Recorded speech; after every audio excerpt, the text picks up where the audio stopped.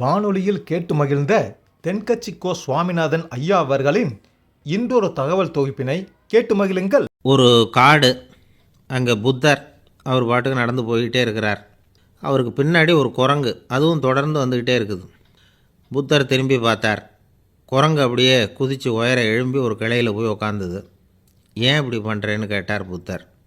என்னை சாதாரணமாக நினைக்க வேணாம், நான் மகாமந்தி, என்னால் எல்லாம் முடியும், முடியாதுங்கிற வார்த்தையே என்னுடைய அகராதியில் கிடையாது, என்ன வேணும்னாலும் செய்வேன் அப்படின்னுது. அப்படின்னா ஒரு பந்தயம் வச்சுக்கலாமான்னார் இவர். வச்சுக்கலாமேன்னுது. வேறு ஒன்றும் இல்லை, இப்போ நீ மேலே எழும்பி அந்த கிளையில் உட்காந்தது மாதிரி அங்கேருந்து தாவி என் உள்ளங்கையில் உட்காரணும், அவ்வளவுதான் அப்படின்னார். அப்படி உட்காந்துட்டா என்ன பரிசு அப்படின்னு கேட்டது அது. சொர்க்கத்தில் இருக்கிற மாமன்னன் மரகத சக்கரவர்த்தியை என்னோட இருக்கும்படியாக கூப்பிட்டுக்கிறேன். அந்த சமயத்தில் அவருடைய அரியணை அங்கே காலியாகிடும், நீ அதில் போய் உட்காந்துக்கலாம். பந்தயத்தில் தோத்துட்டா ஒரு கல்ப காலம் இந்த பூமியில் வாழ வேண்டியிருக்கும், அதுக்கு பிறகு தான் என்கிட்ட வர முடியும், என்ன சொல்கிற அப்படின்னார். குரங்குக்கு தாவறது ஒரு பெரிய காரியமா? இது எனக்கு ரொம்ப சாதாரண விஷயம், என்ன இப்போவே தாவட்டுமா அப்படின்னுது. சரின்னு சொல்லி உள்ளங்கையை நீட்டினார். அவருடைய கை தாமரை இலை அளவுக்கு அப்படியே விரிஞ்சுது. குரங்கு சௌகரியமாக உட்கார்றதுக்காக. குரங்கு தாவறதுக்கு தயாராச்சு. அதுக்கு முன்னாடி ஒரு சின்ன யோசனை அதுக்கு. இந்த கிளையிலேருந்து அந்த கைக்கு தாவறது எனக்கு ரொம்ப அற்பமான ஒரு வேலை, இது ரொம்ப சாதாரணம், என்னுடைய கௌரவத்துக்கு இது சரியாக இருக்காது. அதனால் நான் என்ன பண்ண போகிறேன்னா, இங்கேருந்து கிளையிலேருந்து அப்படியே உயர எழும்ப போகிறேன். எழும்பி மேல் உலகம் போய் அங்கே ஒரு சுற்றிவிட்டு அதுக்கப்புறம் அங்கேருந்து நேராக இந்த கையில் உட்கார போகிறேன் அப்படின்னு நினச்சிது. என்ன யோசிக்கிற அப்படின்னார் புத்தர். ஒன்றும் இல்லை, இந்த பாயிரம் பார் அப்படின்னு சொல்லி தாவி உயர போயிட்டுது. கொஞ்ச நேரத்தில் வான உலகத்துக்கே போய் சேர்ந்துட்டுது. அங்கே போய் பார்த்தா அங்கே ஒரு 5 பளிங்கு தூண்கள் இளம் சிவப்பு நிறத்தில் நின்றுக்கிட்டு இருக்குது. குரங்கு நினச்சிக்கிட்டது, புத்தர்கிட்ட போய் இந்த பளிங்கு தூண்களை பார்த்தோம்னு சொன்னால் அப்படியே திகைச்சி போயிடுவார், இந்த தூணில் ஏதாவது அடையாளம் செஞ்சுட்டு போகணும் அப்படின்னு அந்த இடத்துல மிதந்துக்கிட்டே நினச்சிது. உடனே ஒரு தூணில் எழுதிச்சு. என்ன எழுதிச்சுன்னா, ஒரு மகா ஞானி இங்கே வந்துட்டு போகிறார் அப்படின்னு எழுதிச்சு. எழுதிவிட்டு அப்படியே கீழே தாவி புத்தரோட உள்ளங்கையில் உட்காந்துது. எப்படி பார்த்தீங்களா என்னுடைய வேலை? வான உலகத்துக்கே போய் அங்கே இருக்கிற 5 பளிங்கு தூண்களை பார்த்துட்டு அதில் நான் வந்த விவரத்தை எழுதி வச்சுட்டு அதுக்கப்புறம் இங்கே வந்திருக்கிறேன் அப்படின்னுது ரொம்ப பெருமையாக. அப்படியா அப்படின்னார் புத்தர். ஆமாம், சந்தேகமாக இருந்தால் வாங்க, அழைச்சிட்டு போய் காட்டுறேன் அப்படின்னுது அந்த குரங்கு. அதுக்கு தேவையில்லை, அப்படியே கொஞ்சம் கீழே குனிஞ்சு பார்த்து தெரியும் அப்படின்னார் புத்தர். அங்கே பார்த்தா புத்தரோட உள்ளங்கை தெரிஞ்சுது. நல்லா உத்து பார்த்துது. அவரோட ஒரு விரலில் அது எழுதிய வாசகம் தெரிஞ்சுது. குரங்கு யோசனை பண்ணிச்சு, அப்படின்னா வானத்தில் நான் பார்த்தது புத்தரோட விரல்களா அப்படின்னு யோசிச்சுது. இதை புரிஞ்சுக்கிட்ட உடனே அந்த குரங்கோட கர்வம் அழிஞ்சு போச்சான். நம்ம மனசு தான் இந்த குரங்கு. மனம்ங்கிறதும் ஆணவங்கிறதும் ஒரு நாணயத்தின் 2 பக்கங்கள். மனம் உள்ளவரை ஆணவமும் இருக்கும். மனம் அழிஞ்சாதான் ஆணவம் அழியும். மனம் அழிய வேண்டும் அப்படின்னு பெரியவங்க சொல்கிறது இந்த அர்த்தத்தில் தான். நம்ம ஆளுங்க சவால் விடுறதெல்லாம் வேறு மாதிரி. ஒருத்தன் ஒரு வாய்க்காலை தாண்டுறேன்னு பந்தயம் கட்டி தாண்ட முடியாமல் வாய்க்காலில் விழுந்து காலை உடச்சிக்கிட்டு கட்டு போட்டுக்கிட்டு வந்தான். ஏன்டா அப்படின்னு கேட்டாங்க. நான் பந்தயம் கட்டின நேரம் சரியில்லை அப்படின்னா. எப்படிறான்னு கேட்டிருக்காங்க. வாய்க்காலில் தண்ணி இருக்கிற நேரமாக பார்த்து பந்தயம் கட்டியிருக்கணும் அப்படின்னானா. ஒரு ஊரில் ஒரு ஆள் இருந்தான். அவனுக்கு ஒரே ஒரு மகள். அவளை நல்ல இடத்துல கட்டி கொடுக்கணும்னு ஆசைப்பட்டான். அதுக்காக மாப்பிள்ளை தேடிகிட்டு இருந்தான். அவன் கொஞ்சம் வசதியான ஆள், அதனால் நிறைய பேர் வந்தாங்க. இருந்தாலும் ஒரு நல்ல குணமுள்ள மாப்பிள்ளையாக இருக்கணும் அவன் எதிர்பார்த்தான். அப்படி இருக்கணும்னு தொடர்ந்து முயற்சி பண்ணான். கடைசியாக ஒரு 3 பேர் கிடைச்சாங்க. அந்த 3 பேரில் யாரை தேர்ந்தெடுக்கிறது, இதுதான் அவனுக்கு வந்த குழப்பம். இந்த நிலைமையில் ஒரு பெரியவரை தேடி போனான். அவர்கிட்ட தன்னுடைய பிரச்சனையை சொன்னான். அவர் கொஞ்சம் யோசனை பண்ணார். அதுக்கப்புறம் 3 பேரையும் கூப்பிட்டார். இதை பாருங்கப்பா, உங்கள் 3 பேருக்கும் 3 மாத கால அவகாசம் தர்றேன். நீங்கள் இப்போ போகலாம், 3 மாதம் கழித்து திரும்பி வரலாம். அப்படி வரும்பொழுது இந்த 3 மாத காலத்தில் நீங்கள் செஞ்ச நல்ல காரியம் ஏதாவது ஒன்று சொல்லணும். அதை வச்சு உங்களில் ஒருத்தரை நாங்கள் தேர்ந்தெடுத்துக்கிறோம் அப்படின்னு சொன்னாராம். 3 பேரும் சரின்னு சொல்லிவிட்டு திரும்பி போயிட்டாங்க. 3 மாதம் ஆச்சு. அதுக்கப்புறம் ஒரு நாள் திரும்பி வந்தாங்க. அவர் அவங்கள கூப்பிட்டு உட்கார வச்சார். அப்புறம் கேட்டார், இப்போ சொல்லுங்கள், இந்த 3 மாத காலத்தில் நீங்கள் செஞ்சுருக்கிற ஏதாவது ஒரு நல்ல காரியத்தை சொல்லுங்க அப்படின்னார். முதல்ல ஒருத்தன் எழுந்திரிச்சு நின்னான். ஐயா, எங்கள் அப்பா இறந்த பிறகு அவரோட கணக்கு வழக்குகளை எடுத்து பார்த்துக்கிட்டு இருந்தேன். அவர் ஒரு வியாபாரிகிட்ட 10,000 ரூபா கடன் வாங்கியிருக்கிறதாக எழுதியிருந்தார். அந்த வியாபாரியும் இப்போ உயிரோடு இல்லை. இருந்தாலும் அந்த வியாபாரியோட மகனை தேடி கண்டுபிடிச்சேன். கணக்கு புத்தகத்தை காட்டினேன். எங்கள் அப்பா உங்கள் அப்பா கிட்ட 10,000 ரூபா கடன் வாங்கியிருக்கிறதாக இதை எழுதியிருக்கிறார். அதனால் அதை திருப்பி கொடுக்கறதுக்காக வந்திருக்கிறேன். இந்தாங்க அந்த பணம் அப்படின்னு சொல்லி கொடுத்துட்டு வந்துட்டேன் அப்படின்னு நானும். இதை பெரியவர் கவனமாக கேட்டுக்கிட்டார். அதுக்கப்புறம் 2வது இளைஞன் எழுந்திரிச்சான். ஐயா, நான் போன மாதம் ஒரு நாள் ராத்திரி வேளையில் ஒரு காட்டுப்பாதை வழியாக எங்கள் ஊருக்கு போய்கிட்டு இருந்தேன். அந்த சமயத்தில் அந்த வழியாக வந்துக்கிட்டு இருந்த ஒரு வழிப்போக்கர்கிட்ட 4-5 திருடர்கள் வம்பு வளர்த்து அவர்கிட்ட இருந்த பொருளையெல்லாம் கொள்ளையடிச்சிக்கிட்டு இருந்தாங்க. நான் உடனே ஒரு குச்சியை எடுத்துகிட்டு ஓடினேன். அந்த திருடர்களை அடித்து விரட்டினேன். பொருளையெல்லாம் மீட்டு அந்த வழிப்போக்கர்கிட்ட ஒப்படைச்சேன். அவரை பத்திரமா அழைச்சிட்டு போய் அவர் வீட்டில் விட்டுட்டு வந்தேன் அப்படின்னு நானும். இதையும் பெரியவர் கவனமாக கேட்டுக்கிட்டார். அடுத்தபடியாக 3வது இளைஞன் எழுந்திரிச்சான். ஐயா, போன மாதம் ஒரு நாள் நான் ஒரு மலைப்பாதை வழியாக போய்கிட்டு இருந்தேன். மலைப்பாதை விளிம்பில் ஒரு மதகு கட்டை, அது மேலே ஒரு ஆள் படுத்து தூங்கிட்டு இருந்தான். அந்த பக்கம் தவறி உருண்டு விழுந்திருந்தான்னா அதில் பாதாளம். அது மலையடி வாரத்தில் போய் தான் விழணும். அவ்வளவு பள்ளம். அது தெரியாமல் அவன் பாட்டுக்கு தூங்கிட்டு இருந்தான். நான் உடனே அவன்கிட்ட ஓடி போய் குனிஞ்சு அவன் முகத்தை பார்த்தேன். அப்போ தான் புரிஞ்சுது, அவன் ஏற்கனவே எனக்கு தெரியும். அவனை எனக்கு நிறைய கெடுதல் பண்ணியிருக்கிறான், இடைஞ்சல் கொடுத்தவன். இருந்தாலும் ஐயோ பாவம்னு நினச்சி அவனை எழுப்பி பாதுகாப்பாக வேற ஒரு இடத்துல படுக்க வச்சுட்டு வந்தேன் அப்படின்னு நானும். பெரியவர் இதையும் கேட்டுக்கிட்டார். அதுக்கப்புறம் அவங்க 3 பேரையும் பார்த்து, நீங்கள் போகலாம், நாங்கள் யோசித்து முடிவு பண்ணி உங்களுக்கு சொல்லி அனுப்புகிறோம் அப்படின்னாராம். அந்த இளைஞர்கள் புறப்பட்டு போயிட்டாங்க. அதுக்கப்புறம் அந்த பெண்ணோட அப்பாவை பார்த்து சொன்னார், இந்த 3 பேருமே நல்ல பிள்ளைங்க தான், அதில் ஒன்றும் சந்தேகம் இல்லை. இருந்தாலும் இந்த 3 பேர் செஞ்ச செயல்களையும் ஒப்பிட்டு பார்க்க வேண்டியிருக்கு. முதல் இளைஞன் நேர்மைக்கு எடுத்துக்காட்டாக விளங்குறான். இந்த காலத்தில் இது மாதிரி இளைஞர்களை பார்க்குறது ரொம்ப கஷ்டம்தான். இருந்தாலும் அவன் கடமையை தான் செஞ்சான். 2வது இளைஞன் நல்ல வீரன், தைரியசாலி. ஒரு வீரன் எதை செய்யணுமோ அதைத்தான் இவன் செஞ்சான். இவன் ஒரு லட்சிய மனிதன். 3வது இளைஞன் தன்னுடைய பகைவனுக்கே உதவி செஞ்சுருக்கான். அவன் உயிரை காப்பாற்றியிருக்கிறான். பகைவனுக்கு அருள்வதுங்கிறது ஒரு சாதாரண மனுஷனால் செய்யக்கூடிய காரியம் இல்லை. பகையை மறக்கிறதும் பகைவனுக்கு அருள்வதும் தெய்வீக பண்புகள். அதனால் இவனையே உன்னுடைய மகளுக்கு ஏற்ற மாப்பிள்ளையாக தேர்ந்தெடுக்கலாம் அப்படின்னு சொன்னாங்களாம். ஒரு நல்ல நாளில் அவங்களுக்கு திருமணம் நல்ல விதமாக நடந்து முடிஞ்சுதான். இது சுவாமி சின்மயானந்தர் சொல்லியிருக்கிற ஒரு கதை. இதிலேருந்து நாம் புரிந்து கொள்ள வேண்டிய ஒரு கருத்து, நமக்கு கெடுதல் பண்ணவங்களுக்கும் நாம் நல்லது செய்யணும். ஆனால் நடைமுறையில் அப்படி நம்மளால் செய்ய முடியறதில்ல. அதுதான் சிக்கல். நம்மால் ஒருத்தங்கிட்ட கேட்டேன், ஏண்டா உன்னுடைய பகைவன் ஒருத்தன் அது மாதிரி ஒரு மலைப்பாதை மதகு கட்டையில் படுத்திருந்தா உடனே நீ என்ன நினைப்ப அப்படின்னு கேட்டோம். இது ஒரு அருமையான சந்தர்ப்பம்னு நினைப்பேன் அப்படின்னா. எதுக்குன்னு கேட்டோம். அவனை அந்த பக்கமாக உருட்டி கீழே தள்ளுறதுக்கு அப்படின்னா. ஒரு காடு, நல்ல மரம்லாம் செழிச்சு இருந்தது. அப்படிப்பட்ட காட்டில் ஒரு சாது இருந்தார். அவர் எப்படின்னா எப்போவும் ஒரு மரத்தடியில் உட்காந்துருப்பார். ஏன்னா அவருடைய இருப்பிடமே அதுதான். அவர் என்ன பண்ணுவார், 3 கல் வச்சுருந்தார். செங்கல் மாதிரி இருக்கும், ஆனால் அதை விட கொஞ்சம் பெருசாக இருக்கும். எதுக்கு அந்த 3 கல்லுன்னா அதுதான் அவருடைய படுக்கை. அதாவது தூங்குறப்ப ஒரு கல்லை தலைக்கு கீழே வச்சுக்குவார், இன்னொரு கல்லை இடுப்புக்கு கீழே வச்சுக்குவார், இன்னொரு கல்லை காலுக்கு கீழே வச்சுக்குவார். உடம்பை ஒரு அப்படியே ஒரு தகட்டால் மூடிக்குவார். அப்படியே தூங்கி போடுவார். மழை பெய்யுதுன்னு வச்சுங்க, அவர் உடம்பு 3 கல் மேலே இருக்குதா, அதனால் தண்ணி அடியில் ஓடி போடும், உடம்பு நனையாது. மேலே தகடு இருக்கிறதுனால மழையும் உடம்புல படாது. அவர் தூக்கமும் கெடாது, நிம்மதியாக தூங்குவார். பகலில் அந்த 3 கல்லையும் ஒரு சேர ஒரு அடுப்பு மாதிரி வச்சு அது மேலே உட்காந்துக்குவார். அதனால் பாம்பு பூச்சி எதுவும் அவரை தொந்தரவு பண்ணுறதில்ல. அது பாட்டுக்கு நடந்து போயிடும். அவர் பாட்டுக்கு நிம்மதியாக இருப்பார். யாராவது எதையாவது கொண்டுகிட்டு கொடுத்தா அதை வாங்கி சாப்பிடுவார், அவ்வளவுதான். ஒரு நாள் அந்த நாட்டு அரசன் காட்டுக்கு வேட்டையாட வந்தான். அந்த வழியாக வந்தப்போ இந்த சாது படுத்துருக்கிறத பார்த்தான், பரிதாபப்பட்டான். ஐயோ பாவம், இவர் இப்படி இந்த கல் மேலே உடம்பை வச்சுக்கிட்டு தூங்குறாரே, என்ன பாடுபடுவார். இவரை நாம் அரண்மனைக்கு அழைச்சிட்டு போய் சுகமாக நிம்மதியாக இருக்கிறதுக்கு வழி செஞ்சு கொடுப்போம், அது ரொம்ப நல்லாயிருக்கும் அப்படின்னு நினச்சான். அப்படி நினச்சிக்கிட்டே அரண்மனைக்கு வந்துட்டான். அதுக்கப்புறம் ஒரு பல்லக்கையும் 2 சேவகர்களையும் காட்டுக்கு அனுப்பி அந்த சாதுவை மெதுவாக இங்கே அழைச்சிட்டு வந்துருங்க அப்படின்னு சொல்லி அனுப்பி வச்சான்.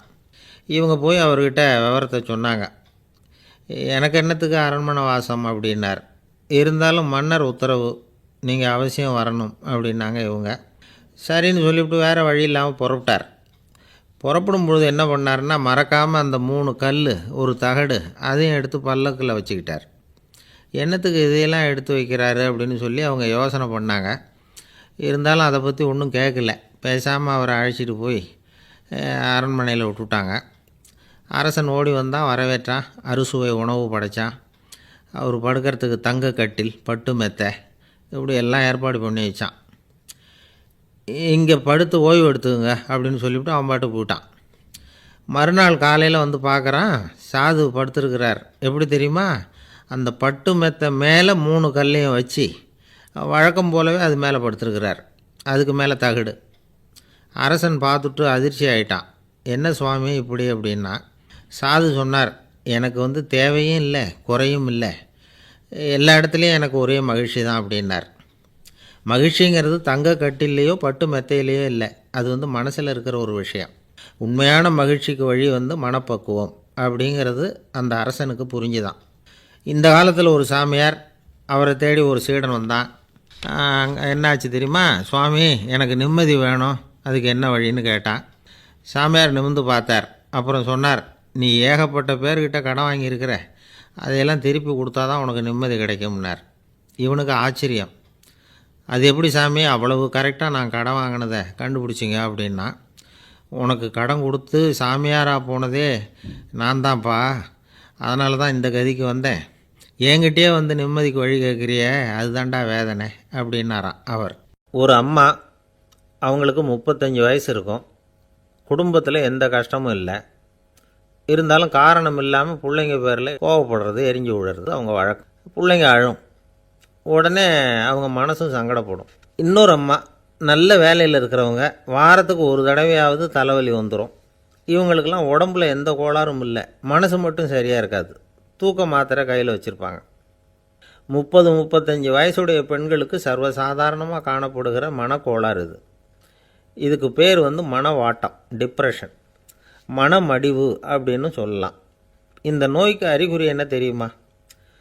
மனசில் வருத்தமான உணர்வு இருக்கும், அடிக்கடி அழலாம் போல தோணும். முன்னால் எல்லாம் எந்தெந்த செயலில் ஆர்வம் இருந்ததோ அதெல்லாம் குறைஞ்சிரும், அல்லது சுத்தமாகவே ஆர்வம் இல்லாமல் போயிடும். சில பெண்கள் இளம் வயசில் பக்கத்தில் இருக்கிறவங்க கிட்ட கலகலப்பாக பேசுவாங்க, வீட்டை அலங்கரிக்கிறதுல ஆர்வம் இருக்கும். இப்போ அதிலெல்லாம் ஆர்வம் இல்லாமல் போயிடும். எந்த வேலை செஞ்சாலும் சீக்கிரம் களைப்பு அடைஞ்சுடுறது மாதிரி ஆகிடும். நமக்கு யாருமே உதவியாக இல்லை, நம்ம எல்லோரும் கை விட்டுட்டாங்க போல் இருக்குதே அப்படிங்கிற உணர்வுலாம் உண்டாகும். தன்னைத்தானே குறை சொல்லிக்குவாங்க. நாம் தப்பு பண்ணிவிட்டோம் போல் இருக்குதே அப்படின்னு தோணும். குற்றம் பண்ணிட்டதா நினச்சி கஷ்டப்படுவாங்க. பசி இருக்காது, தூக்கத்தில் தொந்தரவு இருக்கும். அடிக்கடி செத்து போடலாங்கிற உணர்வு வரும். தற்கொலை பண்ணிக்கலாங்கிற எண்ணம் உண்டாகும். சில பேர் தற்கொலை முயற்சியில் கூட ஈடுபடுவாங்க. சில பேருக்கு பலவிதமான உடல் வலிகள் இருக்கும், பலவீனம் இருக்கும், சீக்கிரமாக களைப்படைஞ்சு போடுவாங்க. இதெல்லாம் மனவாட்ட நோய்க்கான தன்மைகள். இந்த மனவாட்டம், அதாவது டிப்ரெஷனை 2 வகையாக பிரிக்கலாமா. ஒன்று தானாக உண்டாக்கிக்கிறது, இன்னொன்று எதிர் விளைவை உண்டு பண்ணுகிற அல்லது நரம்பு சம்பந்தப்பட்ட டிப்ரெஷன். தானாக உண்டாக்கிக்கிற மனவாட்ட நோய் இருக்குது பாருங்கள், அதுக்கு ஏதாவது சூழ்நிலை காரணமாக இருக்கலாம், அல்லது இல்லாமலும் போகலாம். மூளையில் டொப்பாமைன் அல்லது செரட்டோனின் இதோட அளவு குறையும் பொழுது இந்த டிப்ரெஷன் உண்டாகுது. இதுக்கு ஓரளவு பிறவி காரணங்கள் கூட இருக்கலாம். குடும்பத்தில் வேறு சிலருக்கும் வரலாம். பாதிக்கப்பட்ட பெண்ணை பார்க்குறதுக்கு பலவீனமாக தெரியும், கடுமையான குற்ற உணர்வு இருக்கும், தனியாக இருக்கிறதுக்கு ஆசைப்படுவாங்க, நடு ராத்திரியில் எழுந்திரிச்சு உட்காந்து கஷ்டப்பட்டுக்கிட்டு இருப்பாங்க, கொடூரமான முறையில் தற்கொலை பண்ணிக்க முயற்சி பண்ணுவாங்க, தீ வச்சுக்கிறது, அமிலத்தை குடிக்கிறது, தூக்கில் தூங்குறது. இப்படி தானாக வரவழைச்சிக்கிற மனவாட்ட நோய் மறையக்கூடிய நோய். ஒரு தடவை வந்தால் 3லேருந்து 6 மாதம் வரைக்கும் நீடிக்கும். இடைப்பட்ட காலங்களில் நோயாளி இயல்பாக இருப்பார். எதிர் விளைவை உண்டு பண்ணுகிற அல்லது நரம்பு சம்பந்தப்பட்ட மனவாட்ட நோய் எப்படின்னா, கணவன் மனைவி, மாமியார் மருமகள், இப்படிப்பட்ட உறவு முறை பிரச்சனைகள், தோல்விகள், எரிச்சல்கள், ஆஃபீஸு பிரச்சனை இப்படிப்பட்ட சூழ்நிலையால் உண்டாகிறது. எல்லாத்துக்கும் மருந்து இருக்குது, மார்க்கம் இருக்குது, கவலைப்பட வேண்டியதில்லை, தைரியமாக இருக்கணும். உளவியல் மருத்துவம் இதுக்கு ரொம்ப உபயோகமாக இருக்கும். சில பெண்களை பாருங்கள், அவங்க எதுக்கும் அலட்டிக்கிறது இல்லை. ஒரு அம்மா அப்படி தான் தன்னுடைய கணவனை அழைச்சிக்கிட்டு ஒரு மனநோய் மருத்துவர்கிட்ட வந்தாங்க. டாக்டர், எங்கள் வீட்டுக்காரர் திடீர்னு ஒரு மாதிரி ஆயிட்டார், வித்தியாசமாக நடந்துக்கிறார். எப்படின்னா, இவர் தன்னையே ஒரு ஒட்டடை குச்சியாக நினச்சிக்கிட்டு இருக்கிறார். அப்படி நினச்சிக்கிட்டு தன்னுடைய தலையாலேயே வீட்டில் உள்ள ஒட்டடையெல்லாம் தொடச்சிக்கிட்டு இருக்கிறார் அப்படின்னாங்க. எவ்வளவு நாளாக அப்படி இருக்குதுன்னு கேட்டார் டாக்டர். 1 வாரமாக அப்படி இருக்குது அப்படின்னாங்க அந்த அம்மா. அப்படின்னா முன்னாடியே ஏன் அழைச்சிட்டு வரல அப்படின்னு கேட்டார் டாக்டர். வீடு பூரா சுத்தமாகட்டுமேனு பார்த்துக்கிட்டு இருந்தேன் டாக்டர் அப்படின்னாங்களாம் அந்த அம்மா. ஒருத்தர் ரொம்ப கவலையோடு உட்காந்துருந்தார். எதை பற்றி சார் கவலைப்படுறீங்கன்னு கேட்டோம். எதிர்காலத்தை பற்றி கவலைப்படுறேன்னார். ஏன்னு கேட்டோம். என்ன பண்ணுறதுன்னே தெரியல சார், எதிர்காலம் ஒரே இருட்டாக இருக்குது, பாதையே புரியலன்னார். இன்றைக்கி நம்ம இளைஞர்கள் பல பேருக்கு எதிர்காலம் இருட்டாக தான் தெரியுது. அவங்கெல்லாம் இந்த கதையை கொஞ்சம் கேட்கணும். ஒரு மலை அடிவாரத்தில் ஒரு சின்ன கிராமம். அந்த மலை ரொம்ப உயரமானது, அடர்த்தியாக செடி கொடிகள் மரங்கள் அதில் மண்டி கிடக்குது. பகல் வேளையில் இருட்டாக தான் இருக்கும், அவ்வளோ அடர்த்தி. அந்த மலை உச்சியில் ஒரு கோவில். நாள் ராத்திரியே புறப்பட்டால் தான் காலையில் அந்த கோயிலுக்கு போய் சேர முடியும். கிராமத்து இளைஞன் ஒருத்தன் அந்த மலை உச்சிக்கு போக வேண்டியிருந்தது. கையில் ஒரு விளக்கை எடுத்துக்கிட்டு நாள் ராத்திரியே புறப்பட்டான். புறப்பட்டு போனவன் கிராமத்து எல்லையிலேயே நின்றுட்டான். ஏன் தெரியுமா? அவன் கையில் இருந்த விளக்கோட வெளிச்சம் 10 அடி தூரத்துக்கு தான் தெரியுது. அது வரைக்கும் தான் பாதை தெளிவாக இருக்குது. அதுக்கு அப்பாலெல்லாம் ஒரே இருட்டாக இருக்குது, பாதை புரியல. இவன் யோசனை பண்ணி பார்த்தான். மனசுக்குள்ளே ஒரு சந்தேகம். 10 அடி தூரம் தானே வெளிச்சம் தெரியுது, அப்படின்னா நாம் 10 அடி தூரம் தானே போக முடியும். அதுக்கும் அந்தாண்ட ஒரே இருட்டாக இருக்குதே, அதில் எப்படி நாம் நடந்து போகிறது? நாம் ரொம்ப தூரம் நடந்து போய் ஆகணுமே. அப்படிப்பட்ட நினப்பெல்லாம் அவனுக்கு வந்துவிட்டுது. இதுதான் அவன் மனசில் ஏற்பட்ட தயக்கம். இப்படி யோசிச்சுக்கிட்டே அந்த இளம் ஆசாமி புறப்பட்ட இடத்துலையே நின்றுக்கிட்டு இருக்கிறான். அந்த சமயத்தில் ஒரு வயசான பெரியவர் அந்த பக்கமாக வந்தார். அவர் கையில் இதை விட சின்னதாக ஒரு விளக்கு வச்சுருந்தார். அது எப்படின்னா, அது ஒரு 5 அடி தூரத்துக்கு தான் வெளிச்சம் காட்டுது, அவ்வளவு சின்ன விளக்கு. அவரும் மலை உச்சிக்கு போகிறதுக்காக தான் வந்துக்கிட்டு இருக்கிறார். அவரை பார்த்து இவன் கேட்டான், என்ன பெரியவரே, இவ்வளவு சின்ன விளக்கை வச்சுக்கிட்டு அவ்வளவு தூரத்துக்கு எப்படி மலையேற போகிறீங்க அப்படின்னு கேட்டான். நீ ஏன் இப்படி தயங்கிக்கிட்டே நிற்கிறேன்னு கேட்டார் பெரியவர். என்கிட்ட இருக்கிற விளக்கு 10 அடி தூரத்துக்கு தான் பாதையை காட்டுதுன்னா. இப்போ பெரியவர் சொன்னார், தம்பி, உன் கையில் இருக்கிற விளக்கு கொடுக்குற வெளிச்சத்தை வச்சு நீ முதல்ல 10 அடி தூரம் முன்னாடி போ. 10வது அடியில் போய் நின்றுக்கிட்டு பாரு, மறுபடியும் ஒரு 10 அடி தூரத்துக்கு பாதை தெரியும். இப்படி உன் கையில் இருக்கிற விளக்கு தொடர்ந்து வெளிச்சம் காட்டிக்கிட்டே இருக்கும். நீ முன்னேற முன்னேற அந்த வெளிச்சமும் முன்னேறும். அதனால் எத்தனை கிலோமீட்டர் தூரம் வேணும்னாலும் நீ இந்த 10 அடி தூரம் வெளிச்சத்தை வச்சுக்கிட்டே நீ போயிடலாம், புறப்படு அப்படின்னார். இப்போ தான் அந்த பெரியவர் சொன்னது இளைஞனுக்கு பளிச்சுன்னு புரிஞ்சுதான். உடனே உற்சாகமாக புறப்பட்டான், உச்சிக்கு போய் சேர்ந்தான். இந்த கதையிலேருந்து நாம் புரிஞ்சிக்க வேண்டியது என்ன தெரியுமா? நீண்ட கால திட்டம் ஒன்று போடும் பொழுது நமக்கு முன்னாடி இருக்கிறத மறந்துவிட்டு மனசை போட்டு குழப்பிக்க கூடாது. உங்கள் கையில் என்ன இருக்கோ அதுலேயே உங்கள் எதிர்காலம் மறைஞ்சிருக்குது. கண் முன்னாடி தெரியறத வச்சு ஆரம்பிங்க, போக போக வழி தானாக புலப்படும் அப்படிங்கிறார் ஒரு பெரியவர். பெரிய பயணங்களையெல்லாம் இப்படி தான் நடத்த வேண்டியிருக்கும். ஒவ்வொரு அடியாக எடுத்து வச்சா ஓடி போய் சேர்ந்து விடலாம். மலைச்சி போய் நின்றுட்டா நின்றுக்கிட்டே இருக்க வேண்டியது தான். நம்ம ஆள்லாம் ரொம்ப மோசமாக இருக்கிறாங்க. ஒருத்தன் அப்படி தான் நீண்ட தூர பிரயாணம் ஒன்று புறப்பட்டான். ரயில் போய்கிட்டே இருந்தது. கொஞ்சம் தூரம் போச்சு, பாதி வழியில் கையில் வச்சுருந்த டிக்கெட்டை காற்றுல விட்டுட்டான். ஐயோ, என் டிக்கெட்டு போயிட்டுதே அப்படின்னு கத்த ஆரம்பிச்சிட்டான். பக்கத்தில் இருந்த பெரியவர் அவனை பார்த்து பரிதாபப்பட்டு, கவலைப்படாத தம்பி, போனால் போகுது, வேறு டிக்கெட் வாங்கிக்கலாம் அப்படின்னு ஆறுதல் சொன்னார். அதுக்கு அவன் சொல்கிறான், சார், நான் அதுக்காக அழலை, அந்த டிக்கெட்டு கிடைச்சா தானே நான் எந்த ஊருக்கு போகணுங்கிறது எனக்கு தெரியும் அப்படிங்கிறான். ஒரு குரு, இளம் சீடர்கள் எதிரில் உட்காந்துருக்கிறாங்க. குரு பாடம் நடத்திக்கிட்டு இருக்கிறார். சீடர்களுக்கு ஒரு ஆசை, அதாவது ஒரு முக்கியமான மந்திரத்தை நம்ம குருநாதர்கிட்ட இருந்து கற்றுக்கணும் அப்படிங்கிறது அவங்க ஆசை. அது என்ன மந்திரம்னா, இறந்தவரை உயிர்ப்பிக்கக்கூடிய புனித மந்திரம். அதாவது செத்தவங்களுக்கு மீண்டும் உயிர் உண்டாக்குகிற மந்திரம். குருவே, தயவு பண்ணி அந்த மந்திரத்தை எங்களுக்கு உபதேசிக்கணும் அப்படின்னு கேட்டாங்க. அது ரொம்ப ஆபத்தானது, அது என்னத்துக்கு உங்களுக்கு வேண்டாமேன்னாராம் குரு.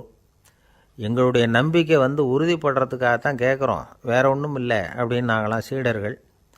பக்குவப்படாத அறிவுங்கிறது ரொம்ப ஆபத்தானது அப்படின்னாராம் குரு. இது சீடர்களுக்கு புரியல. அது எப்படிங்க பக்குவப்படாத அறிவு ஆபத்தானதுன்னு சொல்கிறீங்க, அப்படின்னா என்ன அப்படின்னு கேட்டிருக்காங்க சீடர்கள். குரு அதுக்கு விளக்கம் கொடுத்தாராம். அந்த மந்திரத்தை எப்போ பயன்படுத்தணுங்கிறது முக்கியம். அதை அறியக்கூடிய ஞானம் ஏற்படுகிற வரைக்கும் அதை தெரிஞ்சுக்காமல் இருக்கிறது தான் நல்லது, இல்லைன்னா ஆபத்துன்னாராம். ஆனால் அந்த சீடர்கள் அதை கேட்குற மாதிரி இல்லை, ரொம்ப பிடிவாதம் பண்ண ஆரம்பிச்சிட்டாங்க. சரி வாங்க சொல்கிறேன்னார் குரு. எல்லாரும் வந்தாங்க. அந்த புனித மந்திரத்தை அவங்களுக்கு ரகசியமாக உபதேசம் பண்ணார். உபதேசம் பண்ணிவிட்டு அவங்களுக்கு எச்சரிக்கையும் கொடுத்தார். இந்த மந்திரத்தை நல்லா ஆராய்ச்சி பார்த்ததுக்கு அப்புறம்தான் உச்சரிக்கணும், அவசரப்பட்டு எதுவும் செஞ்சிடக்கூடாது அப்படின்னு ஒரு தடவைக்கு பல தடவை எச்சரிக்கை கொடுத்தார். சரின்னு சொல்லிவிட்டு அவங்கெல்லாம் மந்திரத்தை கற்றுக்கிட்டு எழுந்திரிச்சு போயிட்டாங்க. ஒரு நாள் அந்த சீடர்கள் எல்லாம் மணற்பாங்கான இடத்துல அப்படியே நடந்து போயிட்டுருக்கிறாங்க. ஒரு பாலைவன பகுதி மாதிரி ஒரு இடம். அங்கே ஒரு இடத்துல எலும்புகள் குவியலாக கிடந்தது.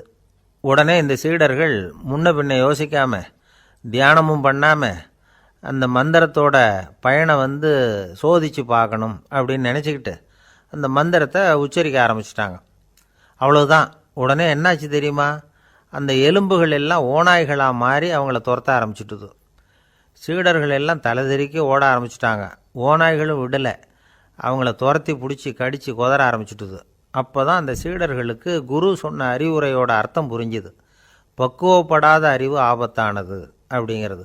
அதனால் இதிலேருந்து நாம் தெரிஞ்சுக்க வேண்டியது என்னென்னா, நாம் நம்ம அறிவை வளர்த்துக்கிட்டால் மட்டும் போதாது, அந்த அறிவை எப்போ எப்படி பயன்படுத்தணும் அப்படிங்கிற பக்குவமும் நமக்கு வரணும். அப்போ தான் வாழ்க்கை நல்லபடியாக அமையும், இல்லைன்னா இடைஞ்சல் தான். இந்த காலத்தில் சில சின்ன பிள்ளைங்களுக்கே அறிவு ரொம்ப பக்குவப்பட்டிருக்குங்கிறத உணர முடியுது. ஒரு சின்ன பையன் பள்ளிக்கூடத்தில் மார்க் லிஸ்ட்டு கொடுத்தாங்க, வாங்கிக்கிட்டு அவசரமாக வீட்டுக்கு ஓடினான். எதிரில் வந்த ஒருத்தர் கேட்டார், என்ன அவசரம், ஏன் இப்படி வேகமாக ஓடுறேன்னார். எங்கள் அம்மா கிட்ட அடி வாங்கணும், அதுக்காக தான் ஓடுறேன்னா. அடி வாங்கிறதுக்காக இவ்வளவு அவசரம்னார் அவர். அப்படி இல்லைங்க, நான் போகிறதுக்குள்ளே எங்கள் அப்பா வீட்டுக்கு வந்துட்டாருன்னா அவர்கிட்ட அடி வாங்க வேண்டியிருக்கும், அதை அவாய்ட் பண்ணுறதுக்காக இப்படி ஓடுறேன் அப்படின்னு நானும். அந்த பையன் ஒரே ஒரு ஊரில் ஒரு பாதிரியார் இருந்தார். ரொம்ப நாள் சந்தோஷமாக வாழ்ந்தார். ஒரு நாள் அவர் மடத்து சமையல் அறையில் பாத்திரங்களை கழுவி துலக்கி சுத்தப்படுத்திக்கிட்டு இருந்தார். அந்த சமயத்தில் ஒரு தேவதூதன் அவர் முன்னாடி நின்னான். இவர் நிமிர்ந்து பார்த்தார். ஆண்டவர் என்னை உங்ககிட்ட அனுப்பியிருக்கிறார், பரலோகத்தில் வாசம் செய்யறதுக்கு உங்களுக்கு நேரம் வந்துட்டுது அப்படின்னு நான் அந்த ஆள். ஆண்டவருக்கு என்னோட ஞாபகம் வந்ததுக்கு நன்றி. ஆனாலும் இப்போ இங்கே நீயே பாரு, எவ்வளவு பாண்டங்கள் பாக்கி இருக்குது, இவ்வளவையும் நான் சுத்தப்படுத்த வேண்டியிருக்கு. நான் நன்றி கெட்டவனாக இருக்க விரும்பலை. இந்த பணியை முடிக்கிற வரைக்கும் என்னுடைய பரலோக வாழ்வை தள்ளி வைக்க முடியுமா, நீ என்ன நினைக்கிற அப்படின்னு கேட்டார். தேவதூதன் தனக்கே உரிய விவேகத்தோட அன்போட பாதிரியாரை பார்த்தான். சரி, என்ன செய்யலாம்ங்கிறத அப்புறம் சொல்கிறேன் அப்படின்னு சொல்லிவிட்டு புறப்பட்டு போயிட்டான். ஒரு நாள் அந்த பாதிரியார் தோட்டத்தில் உள்ள களைகளை எல்லாம் ஒரு களை கொத்தியால் கொத்தி களை எடுத்துக்கிட்டு இருக்கிறார். அந்த சமயத்தில் இந்த தேவதூதன் மறுபடியும் அவர் முன்னாடி நிற்கிறான். பாதிரியார் பார்த்தார். இதை பாரு, இந்த தோட்டம் பூராவும் எவ்வளவு களை மண்டி கிடக்கு, பரலோகம் கொஞ்ச காலம் எனக்காக பொறுத்திருக்கலாம்னு நீ நினைக்கிறியா அப்படின்னு கேட்டார்.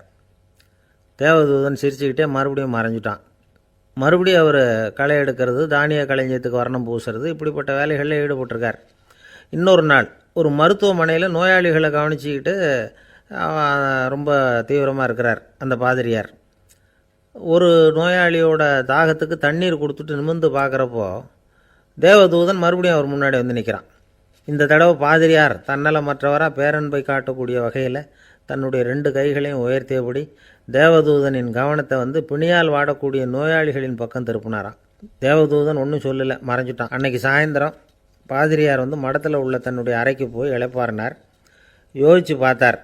தேவதூதனையும் தேவதூதனின் விருப்பத்தையும் பல நாள் தள்ளி போட்டு வந்ததையும் அவர் ரொம்ப நினச்சி பார்த்தார். திடீர்னு தான் முதுமை அடைகிறதையும் சோர்வு அடைகிறதையும் உணர்ந்தார். ஆண்டவரை நினச்சார். ஆண்டவரே, உம்முடைய தூதனை மறுபடியும் என்கிட்ட அனுப்புனா நான் சந்திக்கிறதுக்கு ஆவலாக இருக்கேன் அப்படின்னு சொல்கிறப்பவே தேவதூதன் பக்கத்தில் வந்து நின்னான். பாதிரியார் நிமிர்ந்து பார்த்தார். நீ இப்போவே என்னை அழைச்சிக்கிட்டு போக விரும்பினா நான் பரலோகத்துக்கு வர்றதுக்கு தயாராக இருக்கேன்னார். தேவதூதன் அந்த பாதிரியார் அன்போடவும் விவேகத்தோடவும் பார்த்து, நீங்கள் என் கூட பரலோகத்துக்கு வர்ற தயாராக இருக்கிறதா சொல்கிறீங்க, ஆனால் நீங்கள் இது வரைக்கும் வேறு எங்கே இருந்ததா நினைக்கிறீங்க அப்படின்னு நானும். அப்படின்னா இது வரைக்கும் இருந்த இடம் தான் பரலோகம் அப்படிங்கிறத உணர்த்தியிருக்கிறான். பரலோகம்னா என்னென்னு புரிஞ்சுக்கிறதுக்கு இந்த சம்பவம் நமக்கு உதவியாக இருக்குது. தொண்டு செய்கிறத விட பெரிய செயல் வேறு எதுவும் இருக்க முடியாது. அது நம்ம மனசுக்கு கொடுக்குற சுகத்தை வேறு எதுவும் கொடுக்க முடியாது. நாம் தொண்டு செய்கிற இடம் தான் அந்த புண்ணிய இடம். ஆனால் இந்த காலத்துல எல்லாம் நாம் தொண்டு செய்யணும்னு நினச்சி ஏதாவது ஆரம்பித்தா கூட அதை ஒரு மாதிரியாக சுற்றி நின்று வேடிக்கை பார்க்க ஆரம்பிச்சிடுறாங்க. ஒரு பெரியவர் அப்படி தான் ஒரு தொண்டு செஞ்சுக்கிட்டு இருந்தார். ஒரு கோவில் கட்டிக்கிட்டு இருந்தாங்க. அதில் ஒரு இடத்துல ஒரு பலகையை வச்சு ஆணி அடிக்கிற வேலையை செஞ்சுக்கிட்டு இருந்தார் அந்த பெரியவர். ஒரு சின்ன பையன் அதை ரொம்ப ஊக்கமாக அக்கறையாக கவனிச்சிக்கிட்டு இருந்தான். பெரியவர் இதை கவனித்தார். என்னப்பா பார்க்குற, உனக்கும் இது மாதிரி தொண்டு செய்யணும்னு ஆசையாக இருக்கா அப்படின்னு கேட்டார். அதுக்கு அந்த பையன் சொல்கிறான், அப்படி இல்லைங்க, நீங்கள் ஆணி அடிக்கிறப்போ கையில் சுத்தியால் அடிச்சுக்கிட்டா எப்படி துடிப்பீங்க எப்படி கத்துவீங்கன்னு தெரிஞ்சுக்கிறதுக்காக அதை பார்க்கணும்னு ஆசை, அதுக்காக தான் காத்துக்கிட்டு இருக்கேன் அப்படின்னு நானும். ரொம்ப நாளைக்கு முன்னாடி ஒரு நாள் கோவலன் நாடகம் நடந்தது. எங்கள் மதுரையில் நடந்தது. அதில் ஒரு முக்கியமான கட்டம். கண்ணகி கிட்ட சிலம்பை வாங்கிக்கிட்டு அதை விற்கிறதுக்காக மதுரை நகருக்கு புறப்படுறான் கோவலன். அந்த சமயத்தில் கண்ணகி பாடுற மாதிரி ஒரு நாடக பாடல் நாடக ஆசிரியர் எழுதினது. அது என்ன பாட்டுன்னா, மா பாவியோர் கூடி வாழும் மதுரைக்கு மன்னா போகாதீர் என்று அப்படின்னு ஆரம்பிக்கும் அந்த பாட்டு. இதுதான் அந்த பாட்டு. இதை கண்ணகி மேடையில் பாடின உடனே கூட்டத்தில் சலசலப்பு.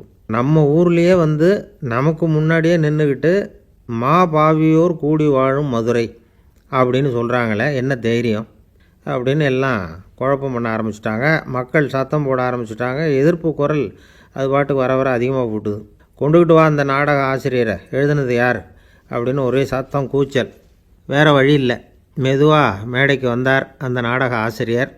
4 பக்கத்திலிருந்தும் கேள்வி கணைகள். மக்களை பார்த்து கொஞ்சம் அமைதியாக இருங்கோ அப்படின்னு சொல்லிவிட்டு தன்னுடைய விளக்கத்தை சொல்ல ஆரம்பித்தார் அந்த நாடக ஆசிரியர். மா அப்படின்னு சொன்னால் திருமகளாகிய லட்சுமி அப்படின்னு அர்த்தம். பா அப்படின்னா கலைமகளாகிய சரஸ்வதி. வி அப்படின்னா மலைமகளாகிய பார்வதி. மா பாவியோர் அப்படின்னா திருமகளும் கலைமகளும் மலைமகளும், இவங்க மூவரும் அப்படின்னு அர்த்தம். இந்த 3 பேரும் வாழ்கின்ற மதுரை புனிதம் நிறைந்தது, சகல செல்வங்களும் நிறைஞ்சது. அப்படிப்பட்ட ஊரில் நான் அணிந்து கொள்ளும் இந்த சாதாரண சிலம்பை யார் வாங்கிக்குவாங்க அப்படிங்கிற எண்ணத்தோடு தான் கண்ணகி அப்படி சொல்கிறா. அதை நினச்சி தான் நான் எழுதினேன். ஆகவே மதுரையை ரொம்ப சிரமப்படுத்தணும், ரொம்ப மோசமாக எழுதணும் அப்படிங்கிற எண்ணம்லாம் எனக்கு கிடையாது. பெருமைப்படுத்தணும்னு நினச்சி தான் அப்படி எழுதினேன் அப்படின்னு விளக்கம் கொடுத்தாராம். இந்த விளக்கத்தை கேட்டதும் எல்லாரும் ரொம்ப சமாதானம் ஆகிட்டாங்களாம். இப்படி விளக்கம் கொடுத்த அந்த நாடக ஆசிரியர் யார் தெரியுமா? அவர் தான் தமிழ் நாடக உலகின் முதல் ஆசான் சங்கரதாஸ் சுவாமிகள். அவருக்கு நகைச்சுவை உணர்வும் அதிகம். 1920ஆம் ஆண்டு திருநெல்வேலியில் அவர் தங்கியிருக்கிறார் நாடகம் நடத்துறதுக்காக. அவர் தங்கியிருந்த வீட்டில் கொசு மூட்டைப்பூச்சி அதிகமாக இருந்திருக்கு. அவரால் தூங்கவே முடியல. அவர் அனுபவித்த தொல்லைகள் ஒரு பாட்டாக உருவாச்சு. வேடிக்கையாக ஒரு பாட்டு எழுதினாராம். மூட்டையும் கொசுவும் ஒரு வீட்டிலே மீட்டிங் போட்டால் முன்னே நிற்க யாரால் முடியும்? கொசு மோகன ராகம் போல சத்தம் போட்டு முன்னே நின்று செய்திடும் யுத்தம். இதை மறுநாள் நாடகத்தில் கோமாளி வேஷம் போட்ட ஒரு சிறுவனை விட்டு பாட வச்சுருக்கார். எல்லாரும் சிரித்து ரசித்தாங்களாம். சங்கரதாஸ் சுவாமிகள் கல்யாணமே பண்ணிக்கல, துறவி மாதிரியே வாழ்ந்திருக்கார். தமிழ் நாடக கலைக்கு தன்னையே அர்ப்பணம் பண்ணிக்கிட்டவர் அவர். 1922 நவம்பர் மாதத்தில் ஒரு நாள் புதுச்சேரியில் அவர் வாழ்க்கை முடிஞ்சுது. அப்போ அவருக்கு வயசு 55. சங்கரதாஸ் சுவாமிகள் நாடக ஆசிரியர் மட்டும் இல்லை, மேடை நாடக இயக்குனர், தயாரிப்பாளர், அவரே ஒரு சிறந்த நடிகர். ஒரு தடவை சாவித்திரி நாடகத்தில் இவர் யமதர்மனாக வேஷம் போட்டு நடிச்சிருக்கிறார். நாடகம் பார்த்துக்கிட்டு இருந்த கருவுற்ற ஒரு பெண்மணிக்கு பயத்தினால அங்கேயே குழந்தை பிறந்துட்டு தான்.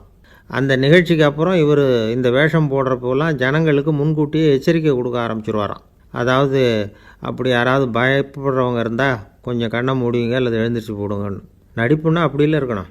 இந்த காலத்தில் நடிகர் ஒருத்தர் சொன்னார், சார் நான் இந்த நாடகத்தில் நடிக்கிறப்போ முகத்தில் நவரசங்களையும் காட்டி நடித்தேன், உணர்ச்சிகளையெல்லாம் நல்லா காட்டி நடித்தேன். அப்படி இருந்தும் ஜனங்கள் வந்து கல் எடுத்து மேடையில் வீசிவிட்டாங்க சார் அப்படின்னார். நாடகத்தில் உங்களுக்கு என்ன வேஷம் அப்படின்னு கேட்டாங்க. அது செத்து கிடக்கிற பணமாக நடித்தேன் சார் அப்படின்னார்.